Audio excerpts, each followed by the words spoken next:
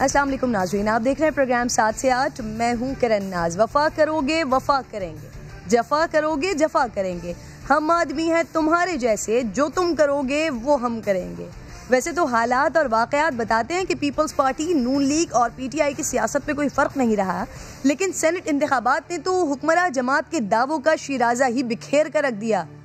इसी सेनेट इंतखाबात में अपनी अक्सरियत रखने के लिए उसी नून लीग, जिसे कभी गुल्लू भट्ट की जमात कहा, कभी दरबारी कहा, करप्ट और चोर तो उनके दूसरे नाम रख दिए, कभी मुल्क लूटने वाले कहा, कभी गद्दार कहा, कभी मोदी का यार कहा, मार्शल लॉ की पैदावार कहा। इन तमाम खूबियों वालों के साथ पंजाब में सीट एडजस्टमेंट कर ली। फिर सेनेट का मार्का हो गया, एक सीट चली गई। अपना चेयरमैन लाने के लिए उसी मौलाना फजलुर रहमान, जिसे डीजल के परमिट पर बिकने वाला, कश्मीर कमेटी की चेयरमैनशिप पर बिकने वाला कहा। तब्दीली सरकार के वजीर दिफा ने उन्हीं की जमात को डिप्टी चेयरमैन की ऑफर कर दी और आपके मुताबिक बिकने वालों की जमात ने ऑफर ही ठुकरा दी। अब बनाना है चेयरमैन सेनेट। नंबर्स बड़े वाजे हैं, ऑपोजिशन इत्तेहाद का गेम ऊपर है, लेकिन वज़रा फरमाते हैं चेयरमैन तो हमारा ही होगा। जीत कितने वोट से होगी ये शेख रशीद बता रहे हैं। शिबली फराज तो खुलकर ऐलान फरमा रहे हैं कि जो हरबा इस्तेमाल करना पड़ा करेंगे, यानी चेयरमैन लाने के लिए पैसा चलाना जायज़ होगा, यानी चेयरमैन लाने के लिए ज़मीर फरोशों की बोली लगेगी, यानी चेयरमैन लाने के लिए टिकट्स की ऑफर्स हो सकती हैं, यानी चेयरमैन लाने के लिए हॉर्स ट्रेडिंग हो सकती है, यानी चेयरमैन लाने के लिए वोट खराब करने की तरगीब दी जा सकती है, यानी आपके खिलाफ भी स्टिंग ऑपरेशन हो सकता है, यानी जो पहले नाखूब था वो बतदरीज खूब हो जाएगा। हवीसे इक़्तिदार की गुलामी में ज़मीर बदलना भी जायज़ हो जाएगा, यानी अब क़यामत में सवाल नहीं होगा, यानी कब्र में हिसाब नहीं होगा, यानी अब यहाँ अल्लाह के खौफ की ज़रूरत नहीं है, यानी ये सब करके भी आप दूध के दुल्हे ही रहेंगे। आप पर न करप्शन का इल्ज़ाम होगा न हॉर्स ट्रेडिंग का। खान साहब, चेयरमैन, डिप्टी चेयरमैन, ओहदे तो आने जाने हैं, अपनी उसूल परस्ती की शोहरत को दाग न लगने दीजिए। इस क्रेडिट का खुद तहफ़्फ़ुज़ करें कि इमरान खान नुकसान उठा सकता है, गलत इक़दाम नहीं, वरना वज़रा तो कोई कसर नहीं छोड़े और तारीख़ का हाफ़ज़ा कमज़ोर नहीं होता। प्रोग्राम में खुशामदीद कहूँगी नाज़रीन आपको। अब्दुल गफूर हैदरी को डिप्टी चेयरमैन की ऑफ़र से हुकूमत पीछे तो हट गई है, लेकिन अभी तक अपने उम्मीदवार का फैसला नहीं कर सकी है। ज़राए जो बता रहे हैं उनके मुताबिक डिप्टी चेयरमैन KPK से लाने का इम्कान है। दूसरी तरफ PDM में जमातें तय नहीं कर पा रही हैं कि इस्तीफ़ा दें या अदम एतमाद की तरफ जाएँ। 8 मार्च के इजलास में नवाज शरीफ साहब ने कहा कि हमें कहा गया कि मैदान खाली नहीं छोड़ना और ज़िमनी इलेक्शन लड़ने चाहिए, हमने मान लिया। फिर सेनेट इंतखाबात का भी यही कहा गया तो हमने उसमें भी हिस्सा ले लिया। अब सब कुछ हो चुका है, इसलिए इस्तीफ़ों की तरफ जाना चाहिए। मियाँ साहब की तजवीज़ पर मौलाना फजलुर रहमान और ANP समेत दीगर जमातों ने तो हिमायत की, लेकिन पीपल्स पार्टी ने टाल मटोल से काम लिया है। बिलावल ये कह रहे हैं कि इस्तीफ़े आखिरी ऑप्शन है, पहले जो दूसरे ऑप्शन हैं उनका इस्तेमाल होना चाहिए।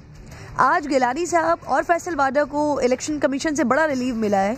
दोनों की कामयाबी का नोटिफिकेशन रोकने की दरख्वास्त ये मुस्तरद हुई है। 10 का इलेक्शन भी 10 अप्रैल तक आगे बढ़ गया है। ये तमाम नाज़रीन सूरत हाल है। इस पर बात करने के लिए पाकिस्तान तहरीक इंसाफ हुक्मरान जमात से उस्मान डार साहब मेरे साथ प्रोग्राम में मौजूद होंगे, उनको खुशामदीद कहती हूँ। पाकिस्तान पीपल्स पार्टी से कमर जमान कायरा साहब साथ मौजूद हैं और पाकिस्तान नून से राना सनाउल्लाह साहब प्रोग्राम का हिस्सा होंगे। आप तीनों मेहमानों को मैं खुशामदीद कहती हूँ। उस्मान डार साहब, आपसे बात का आगाज़ करते हैं। सर, गिलानी साहब की कामयाबी का नोटिफिकेशन रोकने की दरख्वास्त सर मुस्तरद हो गई है।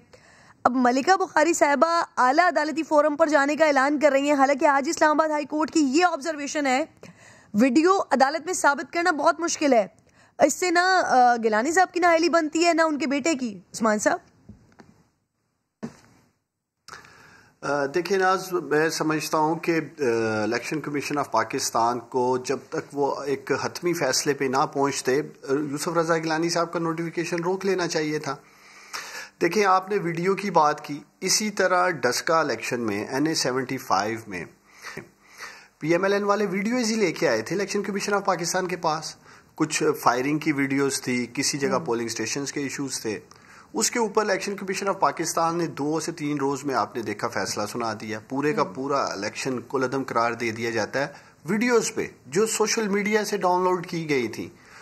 अगर यहाँ जो कि पूरे पाकिस्तान के 22 करोड़ लोगों ने देखा, मीडिया ने दिखाया, यहाँ जब अली गिलानी जो कि डायरेक्टली बेटे थे यूसुफ रज़ा गिलानी के, जो कि सेनेट का इलेक्शन लड़ रहे थे, सौदे कर रहे हैं, बीच में वजीर बल्दियात सिंध से उनकी कायदा आवाज़ है नासिर हुसैन शाह साहब की 10 करोड़ के तरक्याती प्रोजेक्ट्स ऑफर किए जा रहे हैं, फिर 16 करोड़ रुपए की बात की जा रही है, 8 करोड़ की बात की जा रही है, जरदारी साहब का जिक्र है। देखिए इलेक्शन कमीशन का कोड ऑफ कंडक्ट क्या कहता है, अगर आप उसका देखें सेक्शन 167, 68 जिसकी बात की जा रही है कि ब्राइब करना, इन्फ्लुएंस करना, ये सारा करप्ट प्रैक्टिसेस में आता है। अब पीछे रह गया जाता है जब इतना ओपन एंड शट वीडियो सामने आ चुके। चलिए मैं आगे बात करता हूं। आपके सामने साबिक वजीर आजम राजा परवेज अशरफ साहब ने फ्लोर ऑफ द हाउस का कि एडवांस पकड़ लिए हैं बाबा, इन लोगों ने एडवांस पकड़ लिए हैं।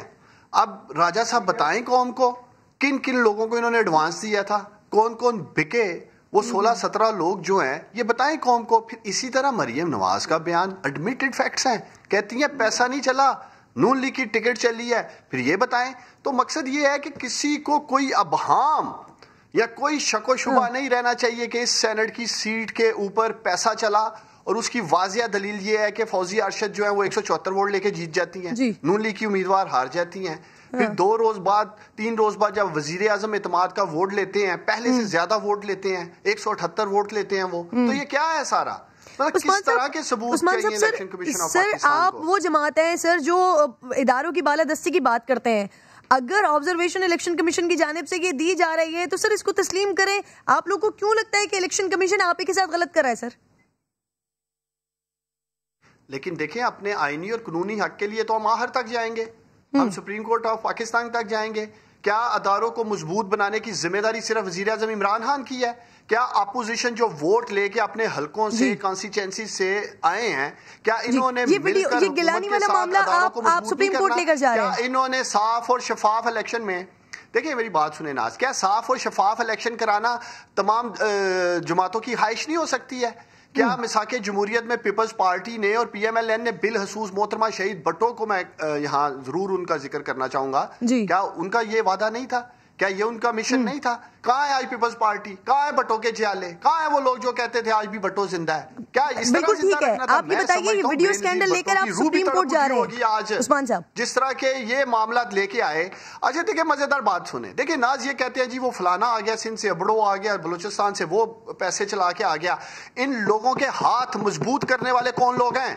इन लोगों के हाथ मजबूत करने वाले ये पीडीएम वाले हैं। जो लोग भी चोर दरवाजों से पैसा लगा के सेनेट के अंदर आए हैं, इन सब के लिए मैं समझता हूं कौमी मुजरम पीडीएम है, पीपल्स पार्टी, पीएमएलएन, मौलाना फजल रहमान, क्योंकि ये लोग सुप्रीम कोर्ट ऑफ पाकिस्तान में सर इनको मुजरिम साबित करने के लिए आप ये मामला सुप्रीम कोर्ट लेकर जा रहे हैं उस्मान साहब? जाएंगे, आखिरी हद तक जाएंगे, मैं आपको कह रहा हूं, आहर तक लड़ेंगे साफ और शफाफ इलेक्शंस के लिए।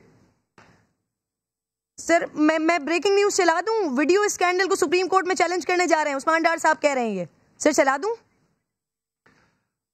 मैं आपको कह रहा हूं कि हर सतह पे इंशाल्लाह ताला जाएंगे, ब्रेकिंग चलाएं, जो भी चलाएं। देखें हमें पहले सर तो जा रहे हैं ना, सुप्रीम कोर्ट लेकर जा रहे हैं, ठीक। अच्छा सर जिस तरह इन्होंने, ठीक है। अच्छा सर ये जरा सुन ले, मैं कुछ सुनाना चाह रही हूँ आपको। शिबली फराज साहब की बात है, शफकत महमूद साहब की बात है, सुन ले, आपका कमेंट चाहिए मुझे इस पर।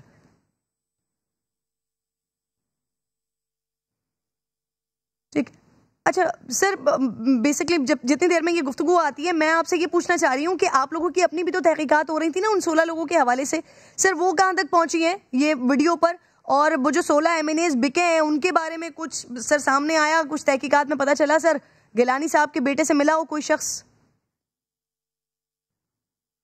देखिए मैं समझता हूँ हमें एक दूसरे के पीछे छुपने की जरूरत नहीं है। अब जिस तरह की वीडियोस, जिस तरह के बयानात सामने आ चुके हैं, इलेक्शन कमीशन ऑफ पाकिस्तान खुद मुख्तार अदारा है, इनको फैसला करना है। जो भी शवाहिद इनके सामने रखे गए हैं, आ चुके हैं, कौम के सामने आ चुके हैं, आपके सामने आ चुके हैं, उसकी रोशनी में मैं समझता हूँ कम अज कम आज यूसुफ रजा गिलानी साहब का नोटिफिकेशन नहीं होना चाहिए था। अगर उन्होंने कर दिया है तो फिर मैं समझता हूँ कि इन्होंने डस्का इलेक्शन में भी वीडियोस की बेस पे ही किया था, तो अगर उनकी वीडियोस पे वो इलेक्शन को लदम करार दिया जा सकता है, हमारे जीते हुए एमएनए अली असद मली का नोटिफिकेशन रोका जा सकता है, तो यहाँ यूसुफ रजा गिलानी साहब का भी नोटिफिकेशन रोका जा सकता है। उस्मान साहब खरीदने वाले कसूरवार हैं तो सर बिकने वाले भी तो कसूरवार हैं ना? उनके नाम वगैरह उनकी सारी डिटेल सामने आ गई, उनके खिलाफ क्या करने जा रही है, तहकीकात कहाँ तक पहुंची है, आप लोग क्या करने जा रहे हैं सर?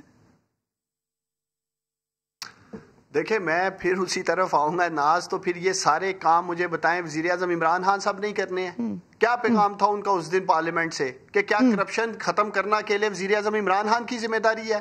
उन्होंने कोशिश नहीं की ईमानदारी के साथ बिल टेबल करके ऑर्डिनेंस ला के उसके बाद हम पार्लियामेंट में बिल लेके आए कि ये खरीदो फरोख्त नहीं होनी चाहिए, शो ऑफ हैंड्स होने चाहिए, ओपन बैलेटिंग होनी चाहिए। अब अकेला इमरान खान और हमारे पास तो मेजोरिटी भी नहीं थी। अगर लेकिन सर ये वाला ये तो आप लोगों ने करना है ना, आपकी जमात नहीं करना है। लेकिन अब आगे क्या सोच रहे हैं डॉक्टर साहब, अब आगे आप लोग क्या सोच रहे हैं? जरा ये हम सुनवा सकते हैं शिबली फराज साहब की और शफकत महमूद साहब की बात?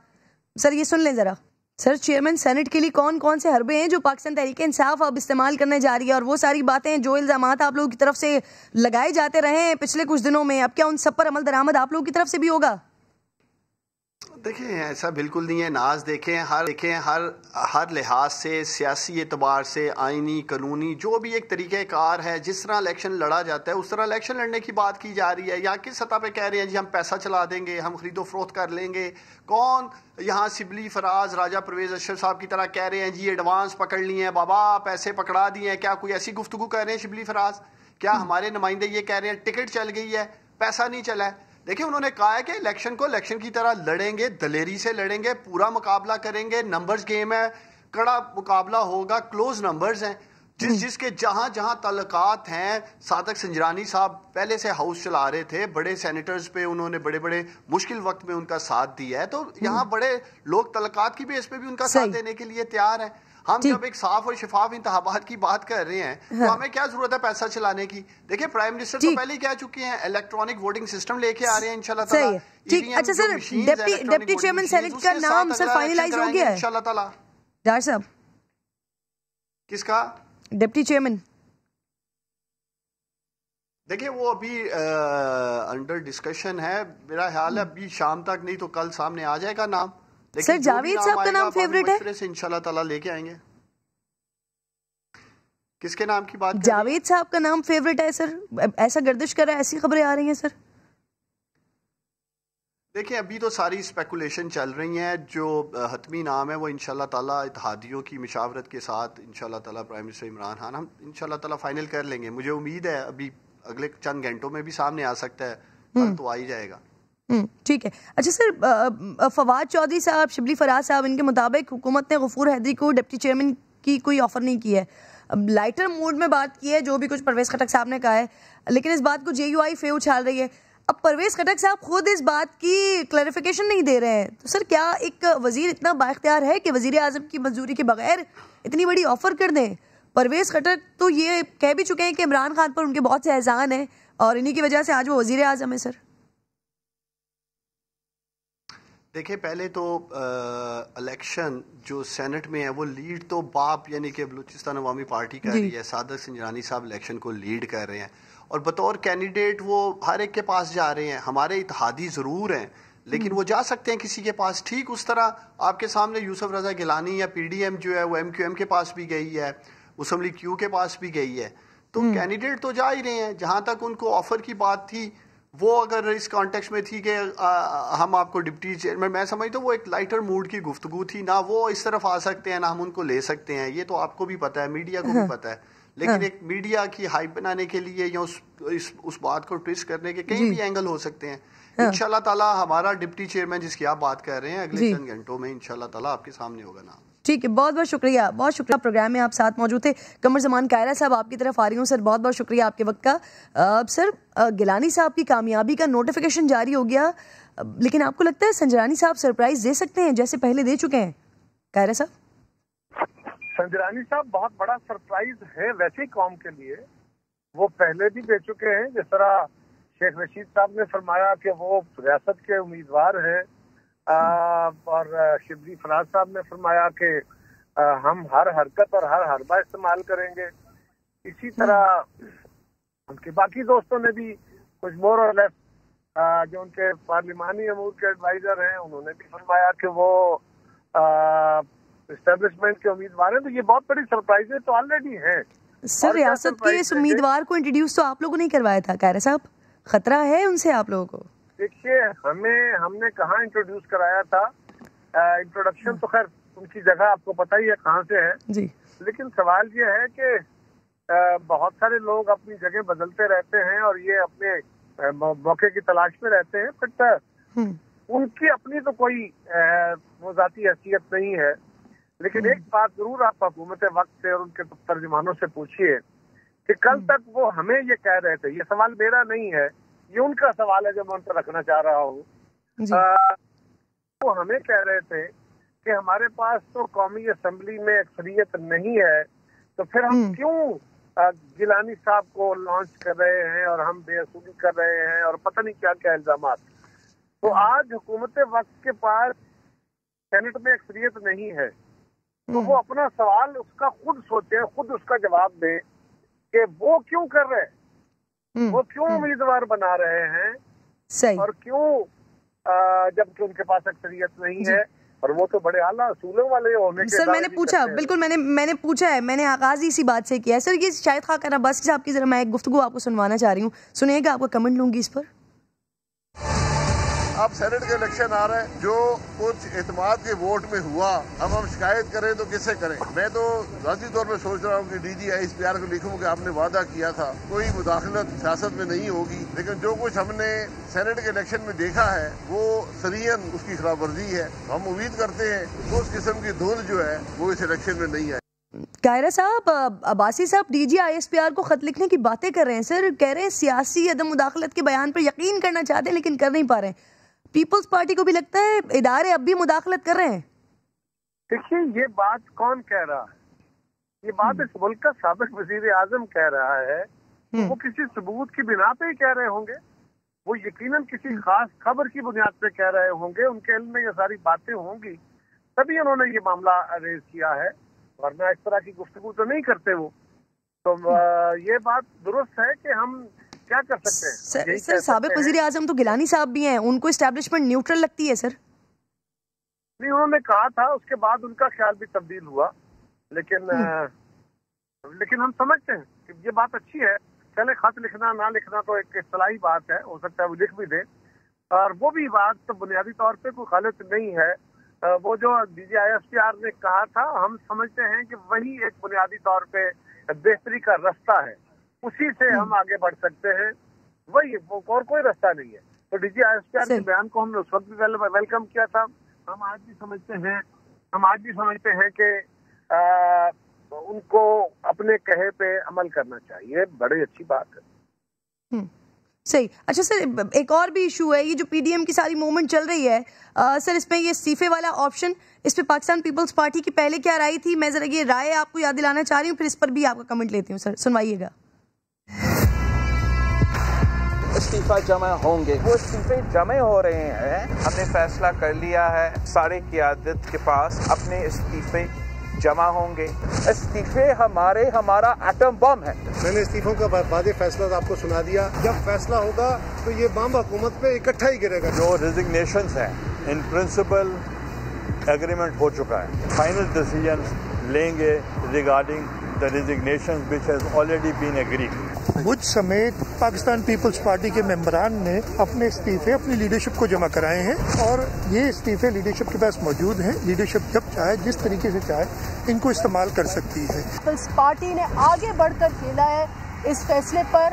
हम सब ने अपने अपने इस्तीफे जो है वो क़यादत को दिए हैं। इस्तीफे हमारा एटम बम है, एटम बम है। कायरा साहब, सर नवाज शरीफ, मौलाना फजलुर रहमान साहब मुत्तफिक हैं इस्तीफों के लिए, पीपल्स पार्टी क्यों तैयार नहीं है? हालांकि पहले सर आप लोग ही कहते रहे हैं कि PDM ने फैसला किया तो इस्तीफे देंगे, यहाँ तक कि सिंध हुकूमत भी छोड़ देंगे। सर किसने कहा कि हम इस्तीफों पे तैयार नहीं है? सर ऐसी खबरें आ रही हैं, PDM का जो इजलास हुआ है, लास्ट जो मीटिंग हुआ है, ऐसी कोई बात नहीं हुई है उसमें। किसने कहा? सर आप तरदीद कर दीजिए। आपको तो खबर किसी ने दी हो सकता है, दुरुस्त हो सकता है, पार्टिसिपेंट हूँ, मैं अपनी जमात का जिम्मेदार हूँ। मैं आपसे सवाल कर रहा हूँ, किसने कहा कि इस्तीफे नहीं देंगे? ये ऑप्शन नहीं है। हमने साहब आप तरदीद कर दीजिए, आप कह रहे हैं ऑप्शंस हैं, लेकिन पहले दूसरे ऑप्शंस इस्तेमाल करेंगे। जी कायरा साहब, हल करता हूँ जी। लेकिन एक हमारा चार्टर लिखा गया, हम मुख्तलिफ जमातें हैं, हम अपने अपने मंशूरों के तहत चलने वाली जमातें हैं। एक चार्टर लिखा गया 26 पॉइंट का, जिसपे हम इस मुल्क को चला के इस सूरत को ठीक करना चाहते हैं। वो चार्टर के अंदर सारी क्लासेस मौजूद हैं। हमने जो मुतालबे किए कि सेनेट के इलेक्शन में हिस्सा ले, वो भी इसका हिस्सा है। हमने कहा इलेक्शन का बायकॉट नहीं करे, वो भी उसका हिस्सा है। हमने कहा अदम एतमाद की तहरीक लाए, वो भी उसका हिस्सा है। हमने कहा लॉन्ग मार्च करे, वो भी उसका हिस्सा है। हमने कहा इस्तीफे देंगे, वो भी उसका हिस्सा है। और एटम बम आप अपने आखिरी हथियार के तौर पे इस्तेमाल करते हैं, पहले हथियार के तौर पे नहीं।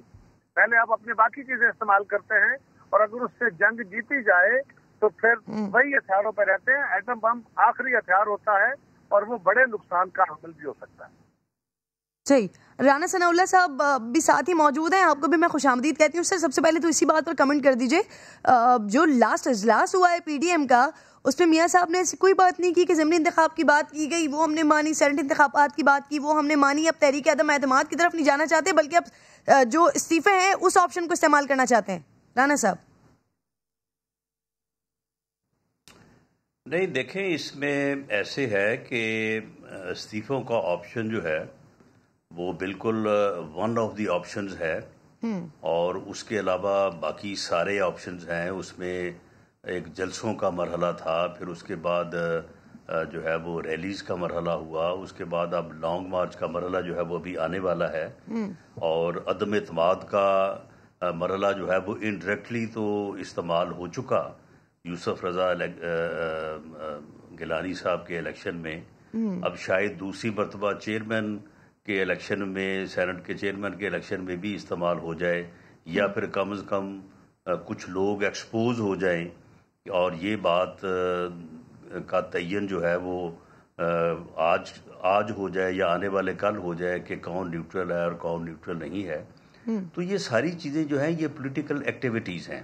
पीपल्स पार्टी ने कभी भी नहीं कहा कि वो इस्तीफे नहीं देंगे या इस्तीफों का ऑप्शन मौजूद नहीं है। पीएमएलएन ने कभी ये नहीं कहा कि वो पीडीएम को छोड़ के अकेले ही जो है वो इस्तीफे देने के ऑप्शन को इस्तेमाल करेगी। ये जब भी ऑप्शन इस्तेमाल होना है ये एक मुश्तरका कंसेंसस के साथ होना है, एक मुश्तरका मुतफिका फैसले के तौर पे होना है।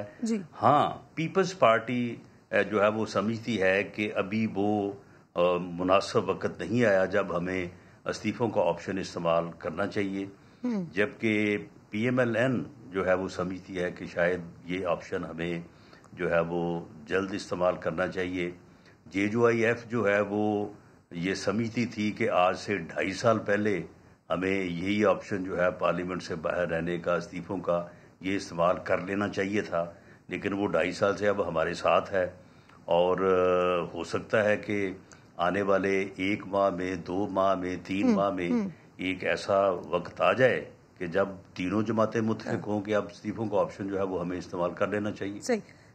राना साहब, ऐसे ही सर पाकिस्तान मुस्लिम लीग नून चाहती है कि लॉन्ग मार्च के साथ ही इस्तीफे दे दिए जाएं ताकि मोमेंटम बने, और पाकिस्तान पीपल्स पार्टी समझती है कि अभी वो वक्त नहीं है, अभी मुनासिब वक्त नहीं है इस्तीफों का। सर ऐसे ही है? जी बिल्कुल, पीपल्स पार्टी की एक सियासी जमात के तौर पे अपनी राय है और पीएमएलएन की अपनी राय है। इसी तरह से पीएमएलएन की राय ये थी कि इस्तीफे दे के सेनेट के इलेक्शन को रोका जा सकता है।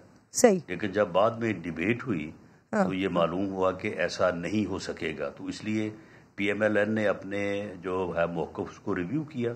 तो हो सकता है कि अब पीपल्स पार्टी अपने मौक़िफ़ को रिव्यू कर ले या जेयूआईएफ अपने मौक़िफ़ को रिव्यू कर ले। जब बैठ के बात होनी है और ये बुनियादी तौर पे तय है कि अमल वही होगा जिसके ऊपर सारे मुत्तफिक होंगे, तो फिर इसमें कोई इतनी घबराने वाली बात नहीं है। जिसके ऊपर मुत्तफिक हो जाएंगे वो हो जाएगा, जिसके ऊपर इत्तफाक नहीं होगा उसको जो है वो आगे के लिए रखा जाएगा कि दोबारा जब उस पर इत्तफाक होगा तो फिर उस पर ऊपर अमल किया जाएगा।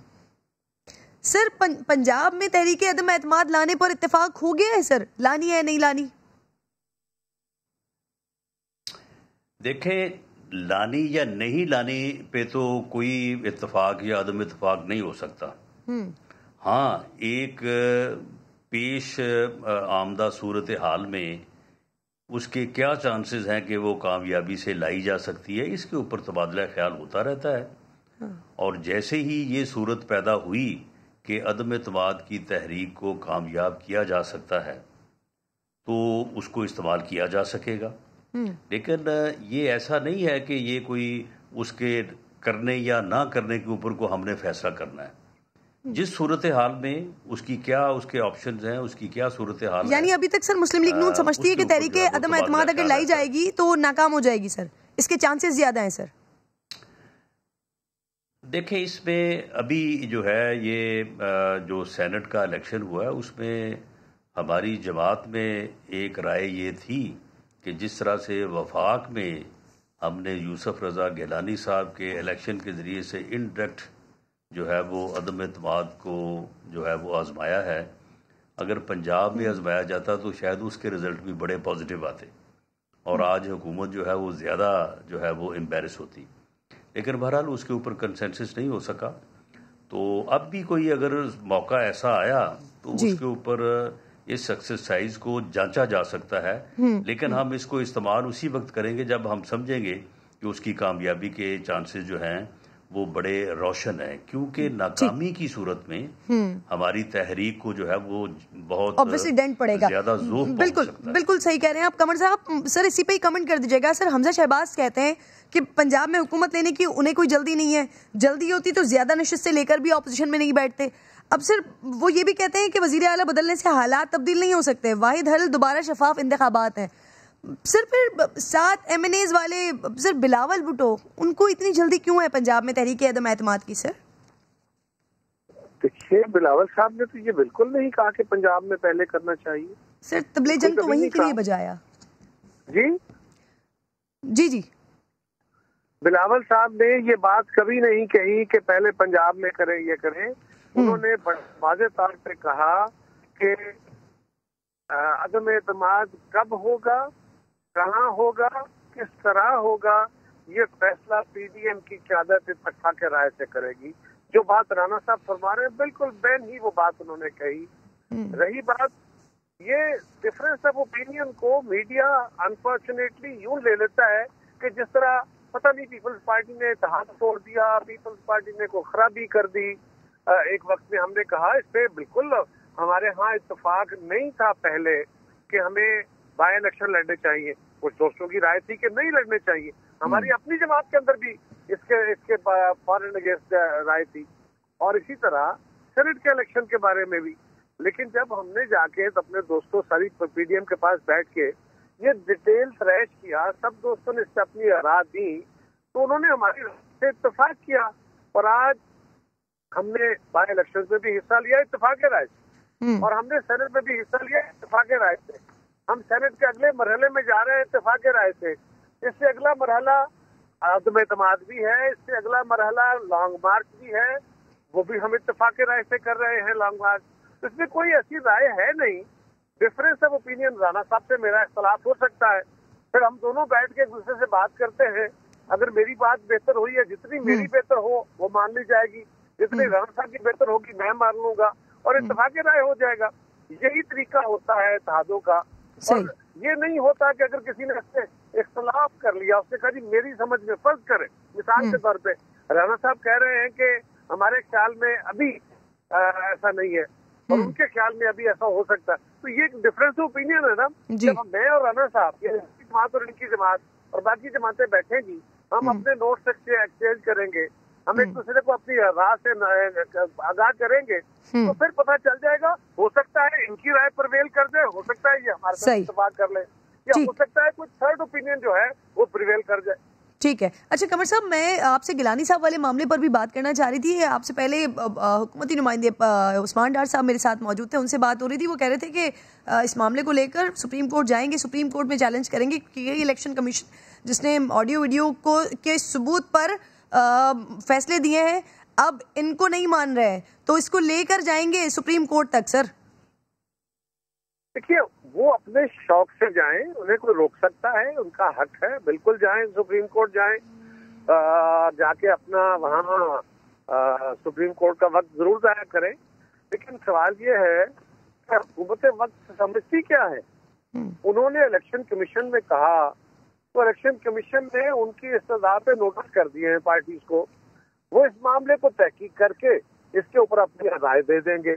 क्या हुकूमत वक्त ये समझती है, वजीर आजम पाकिस्तान का ये ख्याल है कि जो वो कह रहे उनकी राय में जो कुछ है वो मनोहन मानते हुए इलेक्शन कमीशन जो है वो उसका अपना फैसला सुना दे। क्या ये करेगा इलेक्शन कमीशन? इसी तरह के इलेक्शन कमीशन की इमरान खान को तवक्को है तो कि हम उनको नहीं दे सकते। अनफॉर्चुनेटली यही हिसाब है कि वो ये समझते हैं कि उनके ख्याल में उनका कोई मुखालिफ, मतलब राना सनाउल्लाह साहब उनको अच्छे नहीं लगते, तो उन पे बेशक उन्होंने कहा जी कि और कुछ नहीं बनता, इनके खिलाफ करप्शन का कुछ नहीं बनता, इन पे हेरोइन डाल दो, यानी कुछ ना। तो ये तो इस तरह तो नहीं होता जी। खान साहब के अपनी अनोखे लाडलों की ख्वाहिशें पूरी नहीं की जा सकती। अपने आईन और कानून के मुताबिक करना है, और आईन और कानून के मुताबिक बिल्कुल दुरुस्त फैसले हुए। ठीक, अच्छा सर जी, सर राणा साहब डिक्लेयर्ड है कि वो, और इमरान खान साहब को 100% फैसल वार्डा ने झूठ बोला हुआ है इलेक्शन कमीशन से, वो डुअल नेशनलिटी के हामिल थे और वो डिस्क्वालीफाइड है। वो 2.5 साल तक अदालतों में कानून की मुश्गाफियों के पनाह लेते हुए बचते रहे, और खान साहब ने उनके लिए कोशिश की। कौमी असेंबली में वो 2 काल लेके अमेंडमेंट बिल जो कॉन्स्टिट्यूशनल अमेंडमेंट का इलेक्टोरल रिफॉर्म कर दी जाए सेनेट के लिए। ठीक है कायर साहब, आपका पॉइंट ऑफ व्यू बिल्कुल इस पर मुकम्मल तौर पर सुन लिया मैंने। राणा साहब, ये NA 75 डस्का, अब इसके इलेक्शन बढ़ गए हैं आगे सर, 10 अप्रैल को होगा, फैसला सही लग रहा है आपको?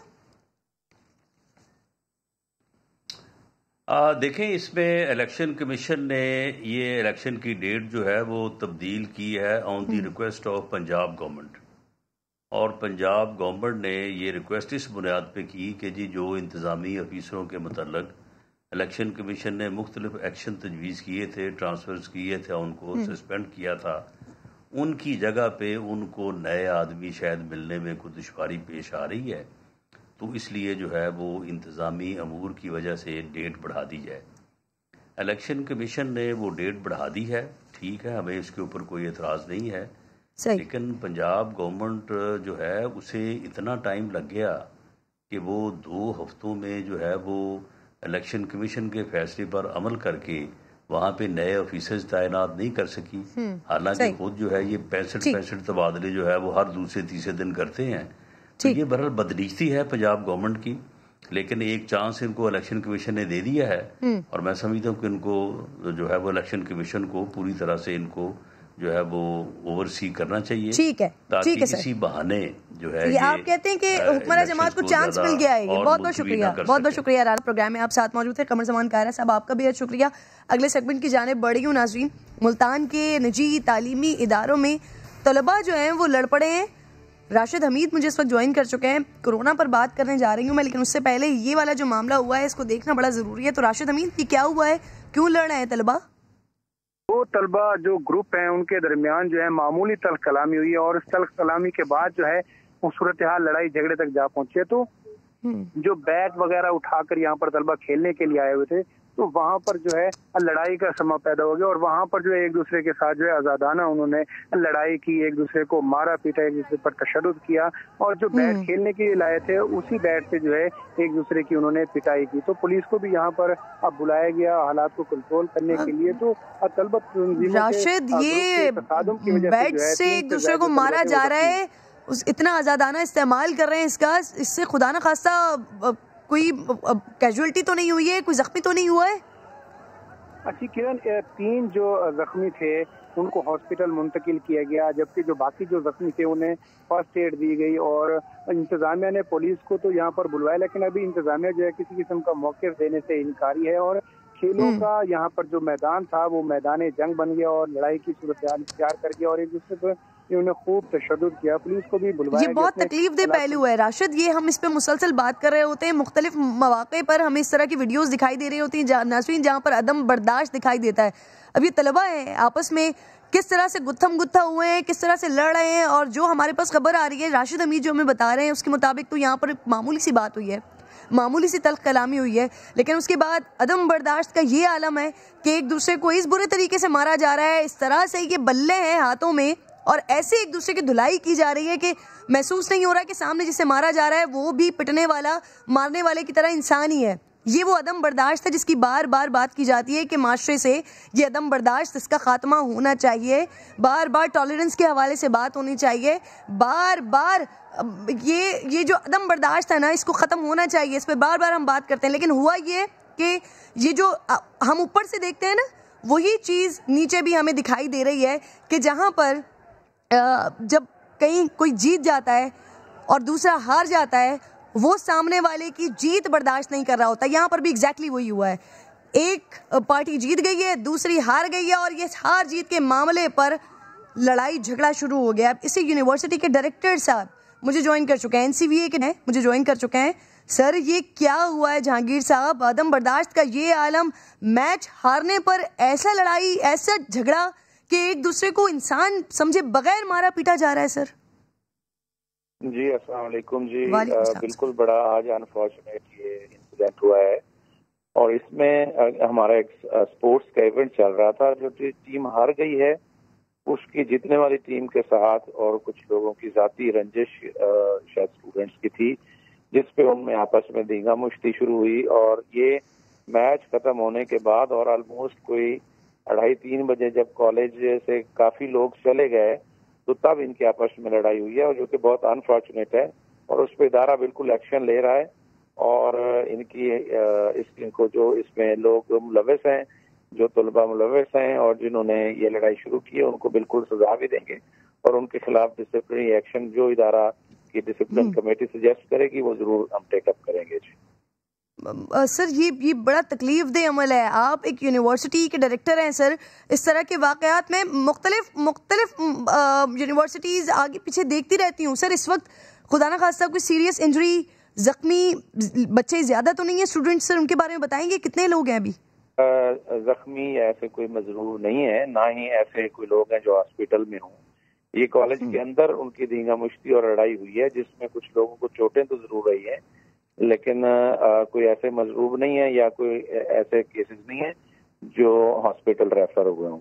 तो ये कुछ तलबा थे जिनकी ये आपस में रंजिश की वजह से ये मैच के बाद सूरत हाल पैदा हुई है। जहांगीर साहब, आप बार बार रंजिश की बात कर रहे हैं। जाती रंजिश थी तो सर, क्या पहले से ही कोई इस तरह के मामला चल रहे थे और आपके इल्म में था कि ये स्टूडेंट्स जो आज आपस में लड़ पड़े हैं, इनकी पहले से जाती रंजिश चल रही है? और फिर सर, इनसिक्योरिटी महसूस नहीं होगी उन तालिबात को जो ये वीडियोस बना रही हैं, जिन्होंने ये सारा मामला, सारा माजरा अपनी आंखों से देखा? सर जी बिल्कुल, एक बड़ा मैं बताया कि अनफॉर्चुनेट इंसिडेंट हुआ है, और ऐसा इदारों के अंदर ना ही बर्दाश्त किया जाना चाहिए, ना ही होना चाहिए।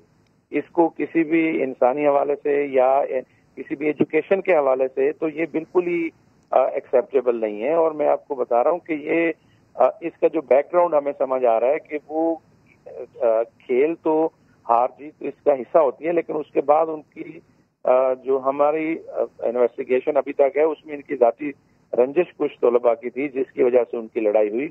और जो ही लड़ाई फिर वो फैल गई तो उसको कंट्रोल करना, वहाँ जो लोग उस वक्त मौजूद थे, क्योंकि कॉलेज उस वक्त बंद हो चुका था, काफी लोग जा चुके थे, एडमिनिस्ट्रेशन के भी बहुत कम लोग मौजूद थे, तो उसको कंट्रोल करना जरा मुश्किल हो गया।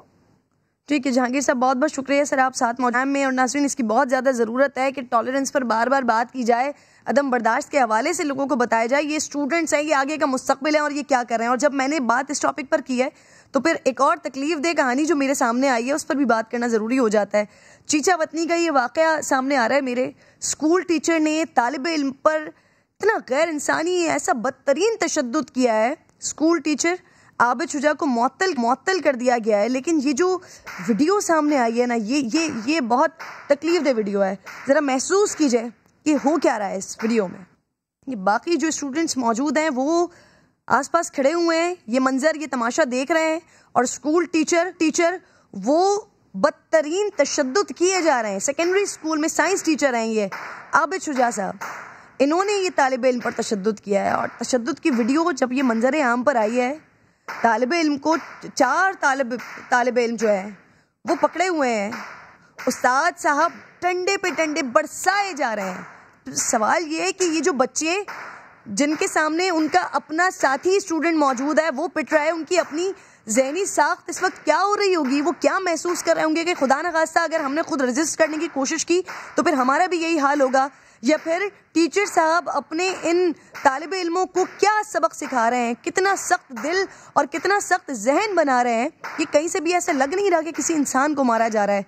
ऐसा लग रहा है शायद कोई लोहे का पाइप नीचे पड़ा हुआ है और उसको तोड़ने की या उसको शेप अप करने की कोशिश की जा रही है। बहुत तकलीफदेह स्टोरी है ये जो वीडियो सामने मेरे आई है। बच्चे यकीनन इसको ना ही देखें, लेकिन जिन बच्चों ने देखा है अल्लाह उनकी ज़हनी हालत पर रहम करे। प्रोग्राम में ब्रेक का वक्त हो गया है नाज़रीन, ब्रेक के साथ हूँ। कोरोना एक बार फिर फैल रहा है, एक बार फिर बढ़ रहा है, बात करनी है मैंने उसमें।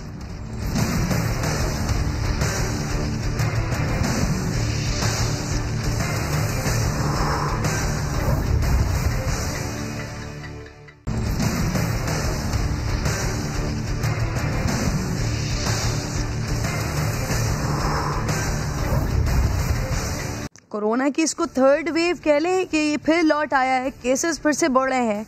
एनसीओसी ने सिनेमा, मज़ारात, रेस्टोरेंट्स में इंडोर डाइनिंग और इंडोर शादियों की तकरीबात फिर से बंद करने का ऐलान किया है। आउटडोर तकरीब भी सिर्फ 300 अफराद तक महदूद होगी। ऑफिस में भी स्टाफ आधा हो जाएगा। 50% अमला घरों से काम करेगा। इस्लामाबाद और पेशावर के अलावा पंजाब के 7 शहरों में तो वैसे ही 15 दिन के लिए तालीमी इदारे बंद कर दिए हैं। सिंध और बलूचिस्तान के स्कूल्स में भी 100% के बजाय सिर्फ 50% स्टूडेंट्स को बुलाया जाएगा। पार्क्स भी शाम 6 बजे तक बंद हो जाएंगे। मास्क की पाबंदी भी फिर लाजमी है। क्या इसकी वजह आवाम की बद एहतियाती है? आखिर लोगों ने एहतियात छोड़ी क्यों है? मास्क का अब वो इस्तेमाल कि जब आगाज़ हुआ था कोरोना का, जिस तरह से लोग दिखाई देते थे, अब वैसा क्यों नहीं दिखाई दे रहा? सोशल डिस्टेंसिंग भी उस तरह से क्यों नज़र नहीं आ रही? क्या वजह है कि हमने आवाम से ही पर जानने की कोशिश की है कि क्या कोरोना का खौफ निकल गया है? आखिर वजह क्या है कि एक बार फिर कोरोना पलटा है और फिर आकर अटैक कर रहा है? ज़रा सुनिए लोगों की बात।